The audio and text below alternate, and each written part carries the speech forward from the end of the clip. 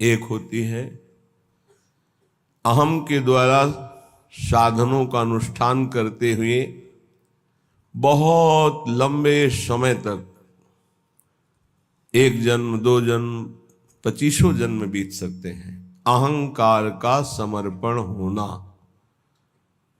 दृढ़ आश्रय होना साधना के द्वारा।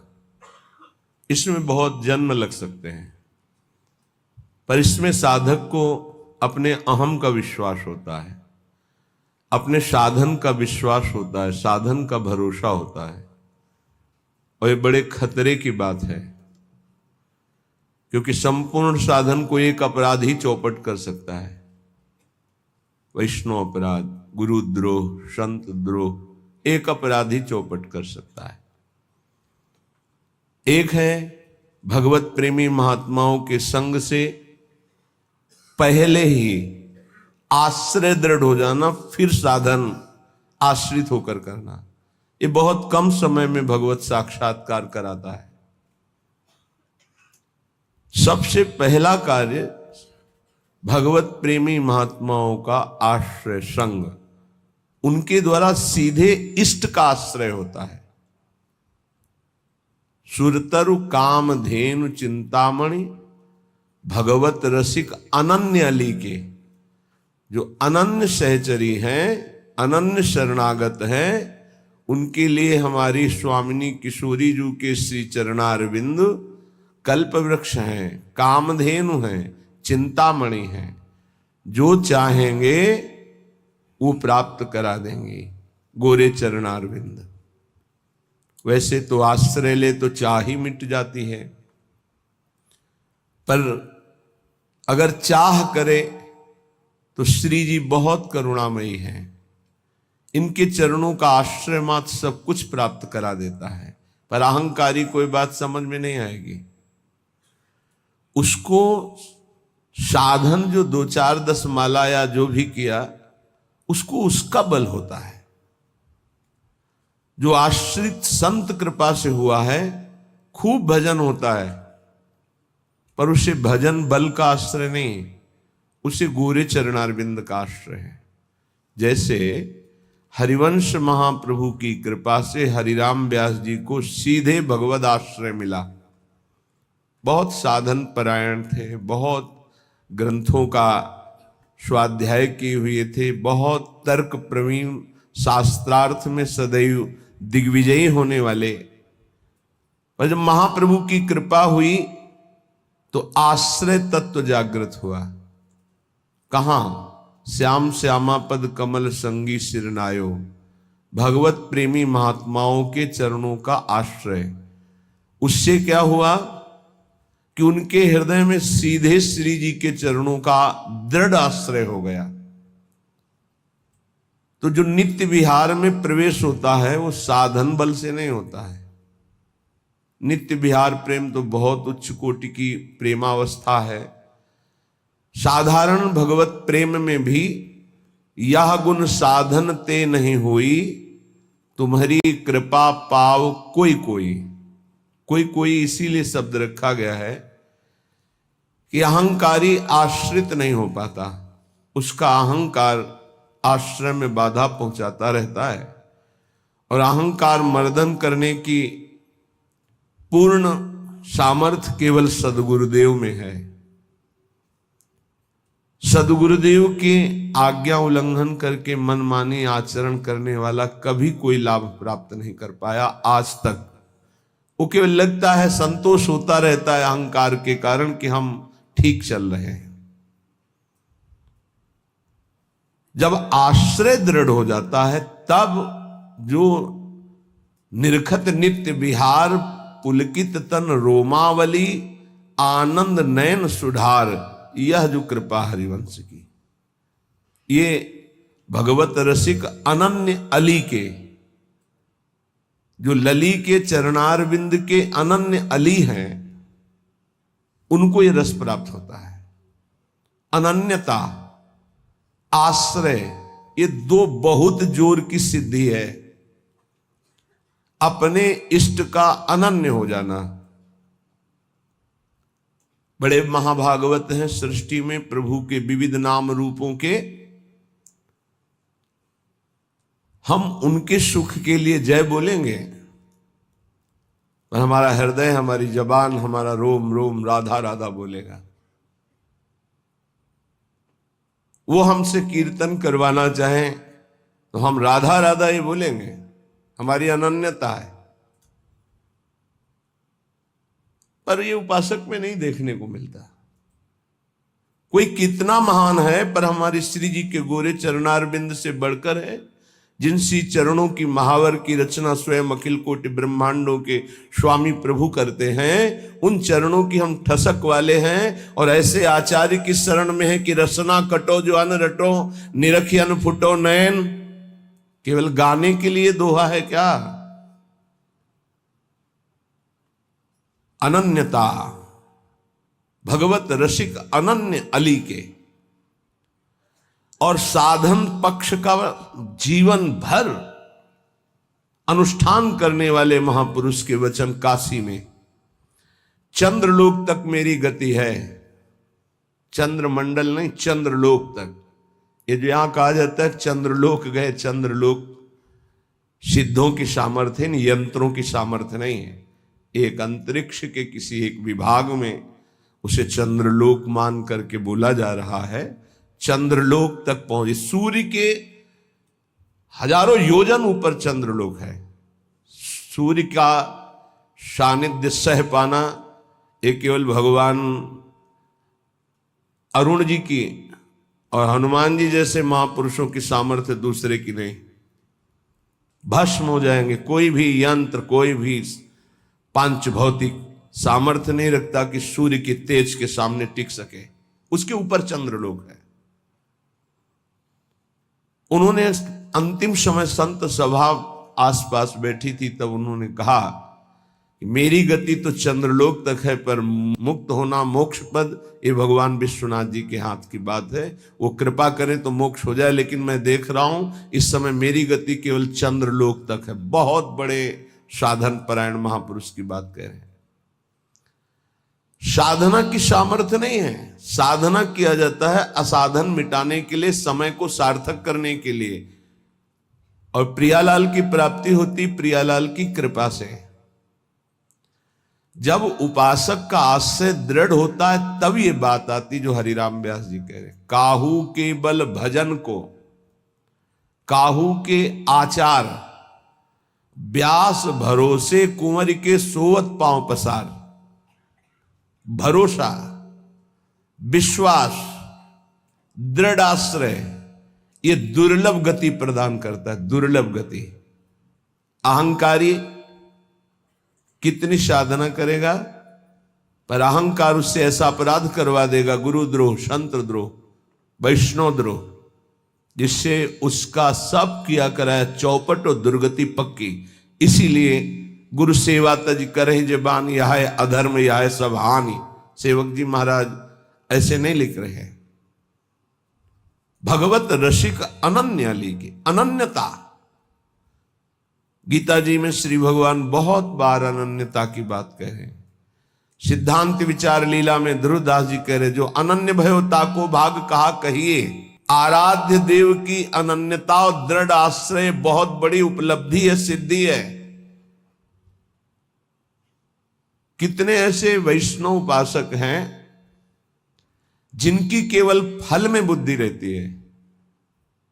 इनको अपने घर ले जाए, इनको खवा दे तो हमें ये फल मिलेगा, इनको ऐसा करे तो ये हमें लाभ मिलेगा।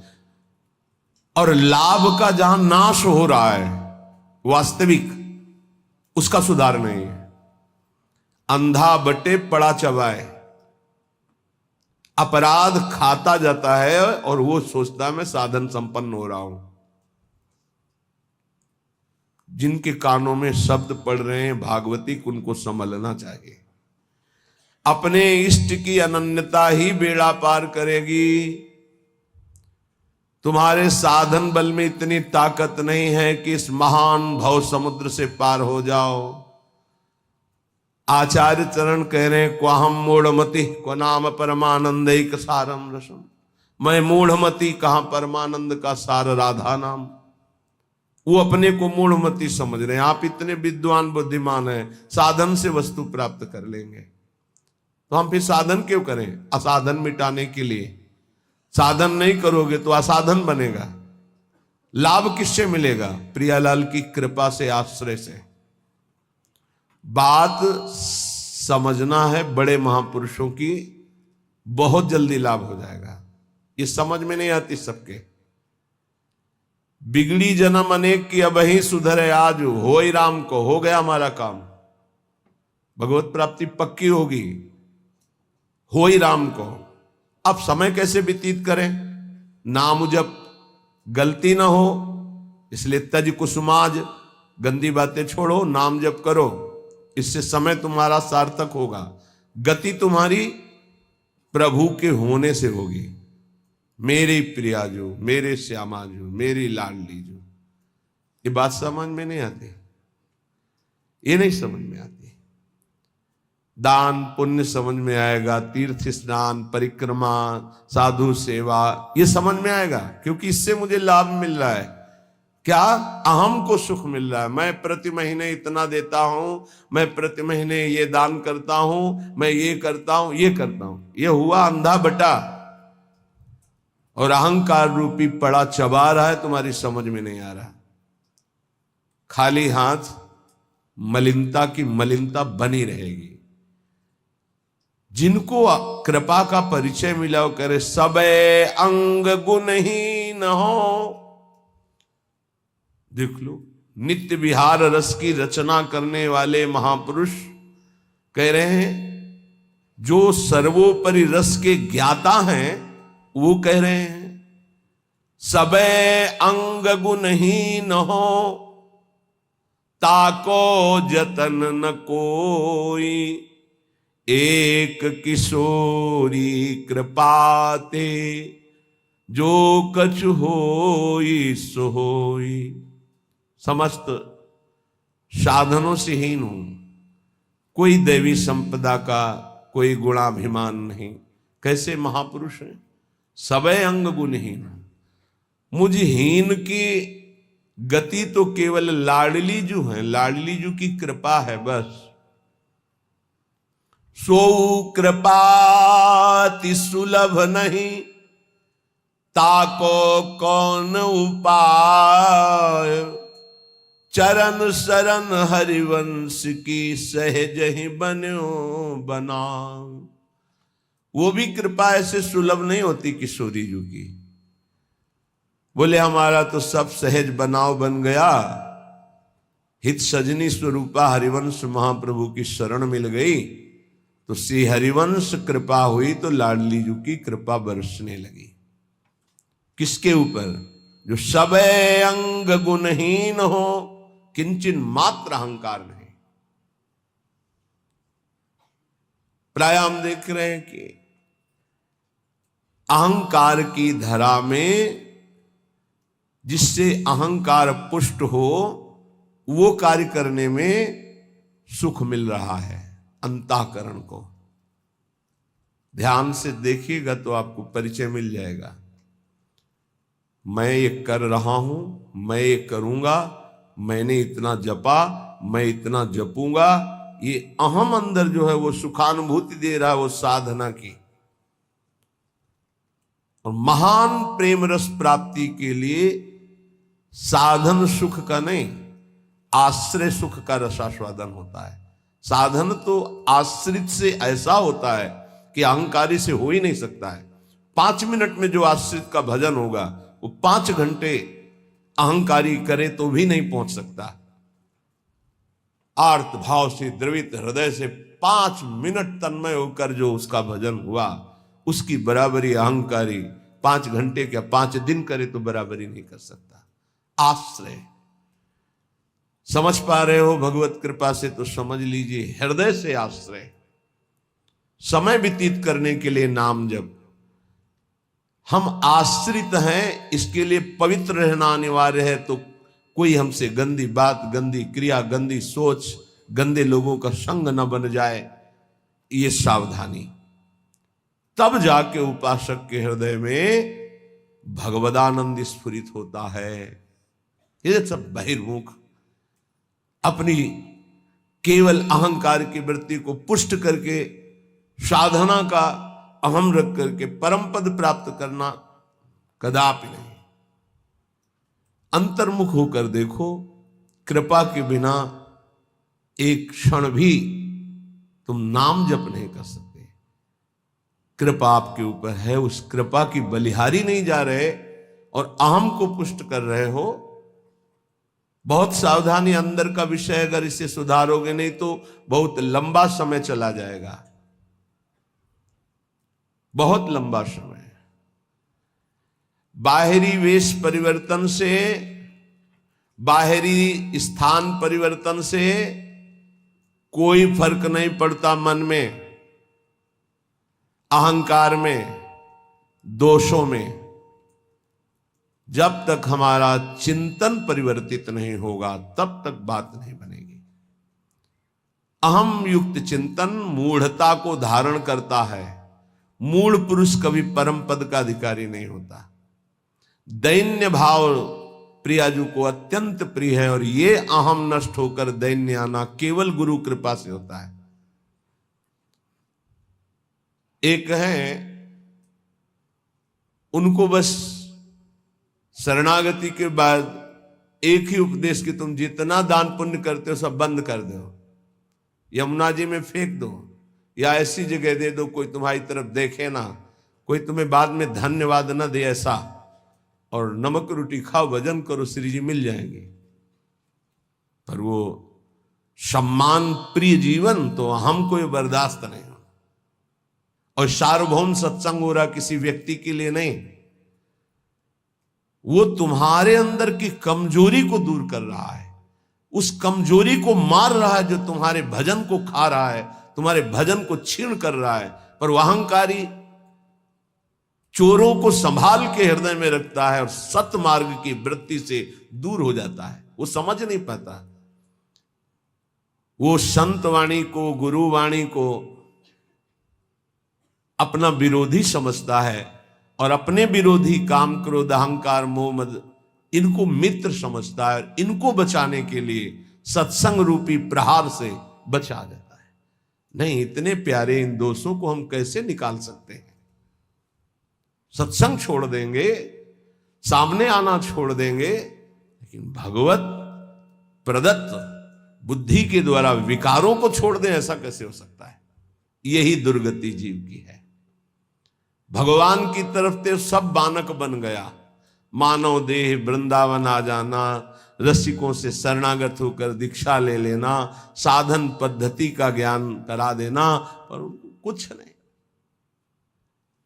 हाथी का स्नान सब हुआ, हाथी स्नान किया, सूंड से रज लिया, फिर ऊपर सब डाल लिया, क्या हुआ? चाहे जितना निर्मल करो, अहंकारी अपने आप को मलिन रखना ही अच्छा समझता है। देह भाव वाले जनों का संग कभी नहीं करना चाहिए। इनके संग से केवल दुख, अशांति यही प्राप्त होती है। अपने को सदैव अहंकार रहित बनाने के लिए ही तो हम साधना कर रहे हैं। और हमारा बंधन है क्या? हमारा बंधन क्या है? संस्कृत मूल सूल प्रद नाना सकल सुखदायक अभिमाना। ये अहंकार ही तो बंधन है। और यही मिटाने के लिए जब हम गुरु शरण में होते हैं, जब अहंकार पर घन चलता है, भाग पड़ते हैं। अहंकार पर चोट नहीं होनी चाहिए। फिर मिटाना किसको था? साधना किसकी थी? इसलिए उपासक सावधान। श्रीपाद प्रबोधानंद जी कह रहे हैं, भ्रातस्ते किमु निश्चयेन विदितः स्वस्यांत कालः किमु त्वं जानासि महामनुं बलवतो मृत्युर्गतिस्तंभने मृत्युस्तत्करणं प्रतीक्षत इति त्वं वेत्सि किं वा यतो बारंबारमसंक एव चलसे वृंदावनादन्यतः। भ्रातस ते किम निश्चयन विदितः श्वश्यांत कालः किम। ए भाई, क्या तुम जान गए हो कि तुम्हारा मृत्यु का समय कब है? तुम निश्चित जानते हो? तो उत्तर आएगा नहीं, नहीं जानता। तो फिर तुम बलवान मृत्यु की रोकने की गति क्यों नहीं प्राप्त कर रहे? जहां तुम्हें मृत्यु छू न सके ऐसी स्थिति में क्यों नहीं पहुंचना चाहते हो? क्यों बार बार जन्मना मरना पसंद करते हो? अर्थात इस भयावह दुखालय संसार से तुम मुक्त होने का उपाय क्यों नहीं कर लेते हो? तुम्हें पता है एक दिन मृत्यु आएगी, उस दिन का मुझे पता नहीं। हे भाई, तू बलवान मृत्यु को रोकने का उपाय क्यों नहीं कर रहा? क्या उपाय? रोकने का क्या उपाय? हमारी जो शरीर से तन्मयता है, तन्मयता हट जाए और प्रभु में तन्मयता हो जाए, तो जैसे सांप ने आक्रमण किया, कपड़ा उतार के फेंक दिया, वो उसी को काट रहा है, मेरे ऊपर कोई फर्क नहीं पड़ा। ऐसे ही हमारा कपड़ा है ये स्थूल देह, केवल स्थूल देह पर प्रहार होता है मृत्यु का। सूक्ष्म देह कारण और जीवात्मा ये पुनः नए शरीर को धारण करते हैं, स्थूल छूटता रहता है। श्रीपाद कह रहे हैं, जब तुम्हें अपनी मृत्यु का पता नहीं हो, मरोगे, तो तुम उपाय क्यों ऐसा नहीं कर लेते जिससे मृत्यु तुम्हें स्पर्श न कर पावे? जब तुम्हारी मृत्यु होगी तो तुम्हारा कुछ नहीं होगा इस मृत्यु लोक का। तो अपनी श्वासें ऐसी जगह क्यों नष्ट कर रहे हो जहां कुछ तुम्हें नहीं मिलेगा? कई बार प्रार्थना की है, मानो आपको एक ऐसे देश भेजा जाए जहां बहुत सब सुविधाएं मिल जाएंगी, खूब भोग भोगो, रुपया पैसा मकान सब, लेकिन वीजा है आपका, उसके तिथि तारीख पूर्ण होने पर आपको तुरंत वापस बुलाया जाएगा। जब वहां से वापस बुलाया जाएगा तो कुछ नहीं, कपड़ा भी उतरा लिया जाएगा। बोलो, ऐसे देश में रहना पसंद करोगे जाना? विचार करके देखो, कपड़ा भी उतरा लिया जाएगा, फिर देश से बाहर निकलो। चाहे जितना पुत्र पुत्री परिवार, रुपया पैसा, गाड़ी घोड़ा मकान सब एकत्रित कर लिया, लेकिन जब उस देश का वीजा खत्म होगा तो कपड़ा भी उतरा लिया जाएगा और आपको भगा दिया जाएगा। बोलो, ऐसे देश में रहना पसंद करोगे, राजी रहोगे? सब कोई कहेगा नहीं। तो ऐसे ही देश में तो रह रहे हो, इसी देश में रह रहे हो, इसका नाम मृत्यु लोक है। हर सुविधा, हर विधान, हर आपका किया हुआ संकल्प कार्य सब का सब आपका यहीं रह जाएगा। ये कपड़ा भी उतरा लिया जाएगा, स्थूल शरीर भी यहीं भस्म कर दिया जाता है, इसको भी नहीं ले जा सकते, छोड़, इसको भी छोड़ करके सूक्ष्म शरीर, कारण शरीर और जीवात्मा, ये पुनः आगे पुनरपि जननम पुनरपि मरणम पुनरपि जननी जठरे शयनम। आप विचार करो कि आप बुद्धिमान हो। यदि परम कृपालु प्रभु का आश्रय लेकर नाम जप नहीं कर रहे और विषय भोगों में, नाना प्रकार की धन संपत्ति में, नाना प्रकार के व्यवहार बढ़ाने में अपना समय नष्ट कर रहे हो, तो तुमको ये ध्यान रखना चाहिए कि तुम इस देश में हो, मृत्यु लोक में हो, जहां से भगाया जाएगा वीजा खत्म होने पर, श्वास पूरी होने पर। तो आपका शरीर भी आपके साथ नहीं होगा, कपड़ा तक उतरा लिया जाएगा। ये शरीर हमारा कपड़ा है, वशांश जीर्णानि यथा विहाय, इसे कपड़ा ही कहा है भगवान ने। क्या बुद्धिमान हो तुम? इतना दिव्य मानव देह मिलने के बाद कमा के क्या जा रहे हो? पाप और पुण्य की पोटरी लेकर फिर वही दुर्गति। इसलिए भाई, मृत्यु तुम्हारा इंतजार नहीं कर रही। भाई, बेटी का ब्याह रह गया, पूरा कर ले तो हम थोड़ा भी, या थोड़ा अमुक कार्य रह गया, नहीं, तत्काल प्रहार करेगी, बस समय आने दो। चाहे वो पुण्यात्मा हो, चाहे महात्मा हो, चाहे दुरात्मा हो, सबके ऊपर उसका प्रहार होता है। पर महात्मा अपनी स्थिति इतनी ऊंची उठा लेता है कि मृत्यु जनित उसको दुख नहीं होता। जैसे मत वाले हाथी के गले से फूलों की माला कब टूट के गिर गई पता नहीं चलता, ऐसे भगवत प्राप्त महात्मा का शरीर कब छूट गया उसको कोई पता नहीं, क्योंकि वो हर समय जिसमें रमण कर रहा था वो उसी में रमण करता है। शरीर एक स्वप्न की तरह छूट गया। इसलिए मेरी प्रार्थना मान ले भ्रातस, ए भाई, बारंबार असंख्य चल से वृंदावनादन्यतः। वृंदावन, प्रिया प्रीतम, प्रेमी जन, भगवान नाम, इनको तू छोड़कर बार बार अन्य चिंतन करता है, अन्य क्रियाएं करता है, अन्य बातों में मन लगा रहा है। तुझे डर नहीं लग रहा कि तेरी मृत्यु होने वाली है? बहुत भयावह संसार है, बहुत भयावह। क्योंकि आपको भुलावे में डाल दिया गया, इसलिए आपको ऐसा नहीं लग रहा। यहां प्रति मिनट, प्रति सेकंड ऐसे सावधान है जैसे युद्ध क्षेत्र में चारों तरफ से बाण चल रहे हो और वो महारथी अतिरथी वीर अपने को बचाते हुए निकल रहा हो, ऐसे चला जा रहा है। एक एक सेकंड सावधान, नेत्र खुले, हर समय मंत्राकार वृत्ति, कभी भी शरीर छूट सकता है। क्यों?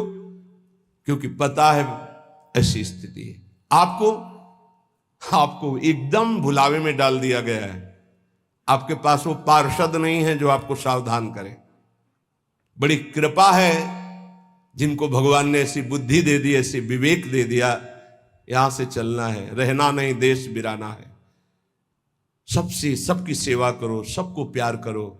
वो प्यार, वो सेवा एकमात्र भगवान के प्रेम के लिए, भगवान की प्राप्ति के लिए।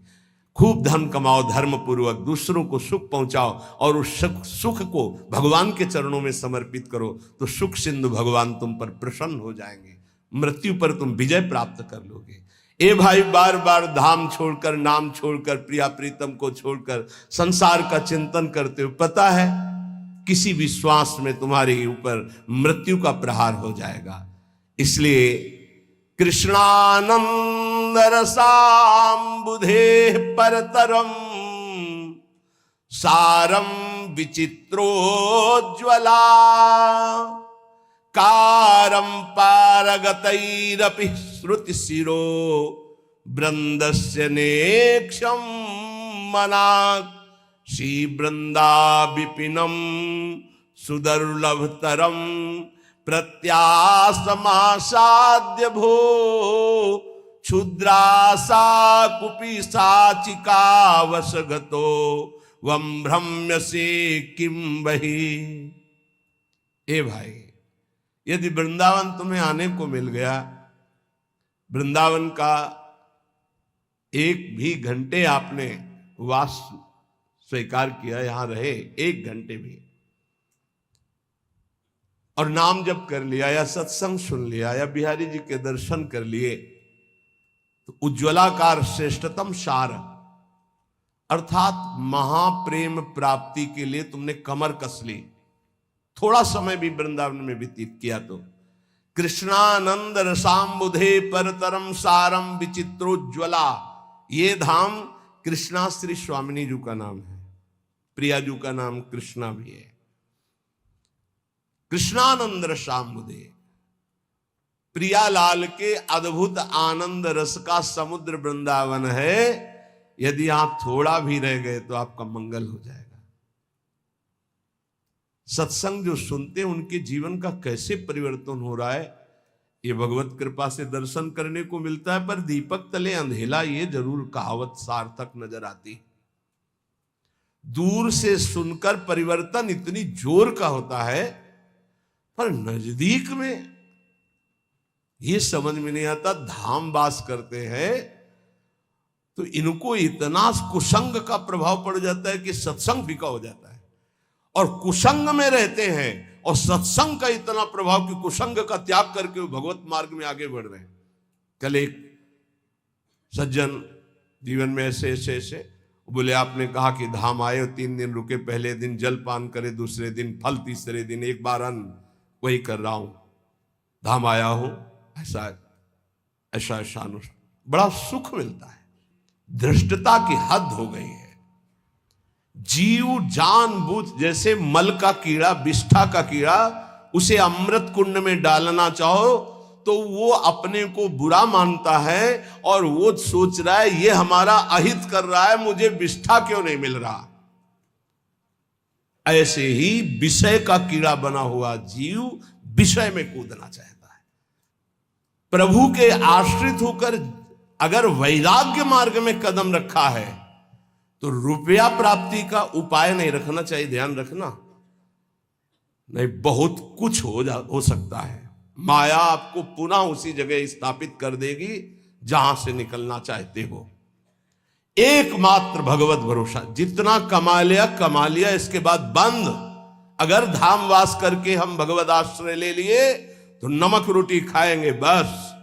अब हमारा उद्देश्य केवल भजन रूपी धन एकत्रित करना है। जो बेचारे रिक्शा चला करके जीवन गुजारते हैं उनको हम प्रणाम करते हैं। ये धामवास करते हैं, अर्थ की व्यवस्था नहीं, इधर उधर झोपड़ी, इधर उधर कार्य करके रह रहे हैं, पर रिक्शा चलाते हैं। समय से दिनचर्या में है, देख रहे हैं हम, और समय से रिक्शा चलाते हैं और परिवार को हम प्रणाम करते हैं, धामवास कर रहे हैं। कोई तो दूसरों के घरों में सेवकाई करते हैं और धामवास कर, प्रणाम है उनके जीवन। लेकिन जब तुम्हारे पास खाने की व्यवस्था, रहने की व्यवस्था है, तो तुम्हारा कदम वो गृहस्थी में रहते हैं। जब विरक्त हो गए, वैराग्य मार्ग के हो गए, एक भी रुपए का ये आय का साधन नहीं करना चाहिए। इससे क्या होगा, आपकी वृत्ति अर्थ में रही है, अर्थ में ही रह जाएगी, गोरे चरणारविंद में नहीं रह जाएगी।